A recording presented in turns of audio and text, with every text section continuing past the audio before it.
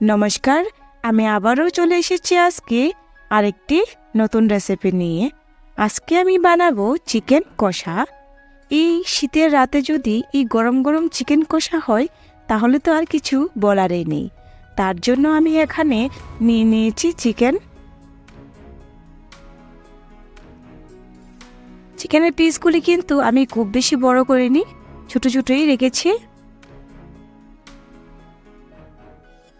আর এই চিকেনের সঙ্গে দেওয়ার জন্য নিয়েছি নতুন আলু বড় করে কেটে রাখা, আর নিয়েছি বড় করে কেটে রাখা পেঁয়াজ, নিয়েছি আদা বাটা, রসুন বাটা, কাঁচা লঙ্কা বাটা, গরম মশলা বাটা, টমেটো কুচি, পেঁয়াজ কুচি,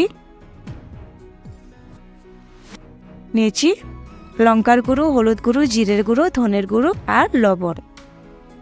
এখন চিকেনটাকে প্রথমে ম্যারিনেট করার জন্য তার মধ্যে দিয়ে দেবো হলুদ গুঁড়ো, দিয়ে দেবো জিরের গুঁড়ো, ধনের গুঁড়ো, দিয়ে দেবো একটা পেঁয়াজ কুচি করে। এখন তার মধ্যে সরিষার তেল দিয়ে দেব। আমি এই ম্যারিনেশনের মধ্যে কিন্তু লঙ্কার গুঁড়োটা ব্যবহার করব না, না হলে আমার হাত জ্বলবে, তাই লঙ্কার গুঁড়োটা পরে ইউজ করব। এখন তার মধ্যে পরিমাণ মতো লবণটাও দিয়ে দেব। দিয়ে এবার ভালোভাবে কিন্তু চটকে চটকে এগুলিকে মাখাতে হবে। চিকেনটাকে কিন্তু ভালোভাবে এভাবে মশলার সঙ্গে মিশিয়ে নিতে হবে। মেশানো হয়ে গেছে, এবার আমি 1 ঘন্টার জন্য ফ্রিজে রেখে দেব। আপনারা চাইলে এমনিতে রাখতে পারেন। এখন একটা কড়াই বসিয়ে তার মধ্যে দিয়ে দিলাম অল্প তেল। তার মধ্যে এবার দিয়ে দেব বড় করে কেটে রাখা আলু, দিয়ে এবার তার মধ্যে দিয়ে দেব অল্প একটু লবণ, দিয়ে দেব একটু হলুদ গুঁড়ো, দিয়ে এবার ভালোভাবে নাড়াচাড়া করে অল্প একটু ভেজে নেব। এভাবেই কিন্তু নাড়াচাড়া করতে করতে আলুগুলি ভাজা হয়ে গেছে, এবার নামিয়ে নেব।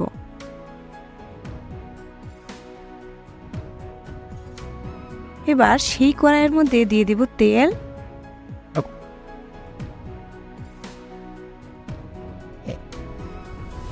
তার মধ্যে দিয়ে দেব তেজপাতা, দিয়ে দেব গোটা জিরে, এখন দিয়ে দেব পেঁয়াজ কুচি, দিয়ে ভালোভাবে একটু ভেজে নেব। পেঁয়াজগুলি একটু লাল লাল হয়ে গেলে তার মধ্যে বা কাঁচা লঙ্কা বাটাটা দিয়ে দেব। দিয়ে আবারও ভালোভাবে একটু নাড়াচাড়া করে একটু ভেজে নেব। লঙ্কা বাটাটা একটু হয়ে গেলে তার মধ্যে এবার দিয়ে দিব আদা বাটা আর রসুন বাটা, দিয়ে এগুলিকেও একটু ভেজে নেব। তার মধ্যে দিয়ে দেবো এবার অল্প লঙ্কার গুঁড়ো, যেহেতু কাঁচা লঙ্কা দিয়েছি তাই কম দেব। এখন তার মধ্যে আমি একটু কাশ্মীরি রেড চিলিও দিয়ে দিয়েছি। তার মধ্যে এবার টমেটো কুচি দিয়ে এবার অল্প একটু জল দিয়ে ভালোভাবে কষিয়ে নেব মশলাটাকে।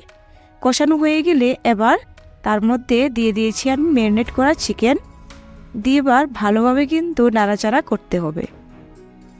অল্প একটু নাড়াচাড়া করে তার মধ্যে এবার ভেজে রাখা আলু আর বড় করে কেটে রাখা পেঁয়াজগুলিকেও দিয়ে দেব। দিয়ে তার মধ্যে দিয়ে দেবো এবার ঢাকাটা উঠিয়ে আবারও একটু নাড়াচাড়া করে দেব। আবারও দিয়ে দেব ঢাকা। এভাবেই 5 মিনিট পর পর ঢাকাটা উঠিয়ে ভালোভাবে কিন্তু নাড়াচাড়া করে দিতে হবে, না হলে নিচে দিয়ে লেগে যাবে। এবারে আমি আরেকবার একটা ঢাকা দিয়ে দিয়েছি। এভাবেই কিন্তু আমি 2-3 বার ঢাকা দিয়ে দিয়েছি। এবার অনেকটাই কিন্তু চিকেনটা সেদ্ধ হয়ে গেছে। এবার আর ঢাকা দেব না, এভাবেই কিন্তু চিকেনটাকে নাড়াচাড়া করতে করতে কষিয়ে নেব।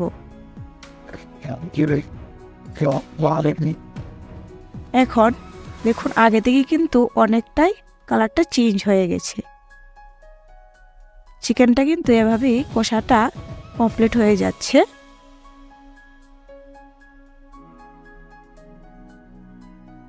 এখন নামানোর আগে তার মধ্যে দিয়ে দেব গরম মশলা বাটাটা একটু জল দিয়ে ভালোভাবে আবারও একটু নাড়িয়ে চাড়িয়ে নেব। এভাবে যদি চিকেন কষা করেন তাহলে আপনারা বুঝতে পারবেন যে এটা কতটুকু টেস্টি হয়। এভাবেই কিন্তু মশলাটা দিয়ে আবারও 5 মিনিটের মতো আমি নাড়াচাড়া করে নিয়েছি। তাহলে কিন্তু রেডি হয়ে গেছে আজকে আমার গরম গরম চিকেন কষা। এবার তার মধ্যে আমি দিয়ে দিলাম গার্নিশিংয়ের জন্য ধনেপাতা। এভাবেই নতুন নতুন রেসিপি পাওয়ার জন্য যারা আমার চ্যানেলটা প্রথমবার দেখছেন তারা আমার চ্যানেলটাকে অবশ্যই সাবস্ক্রাইব করবেন, আর ভালো লাগলে লাইক, কমেন্ট অ্যান্ড শেয়ার করে দিবেন। ধন্যবাদ।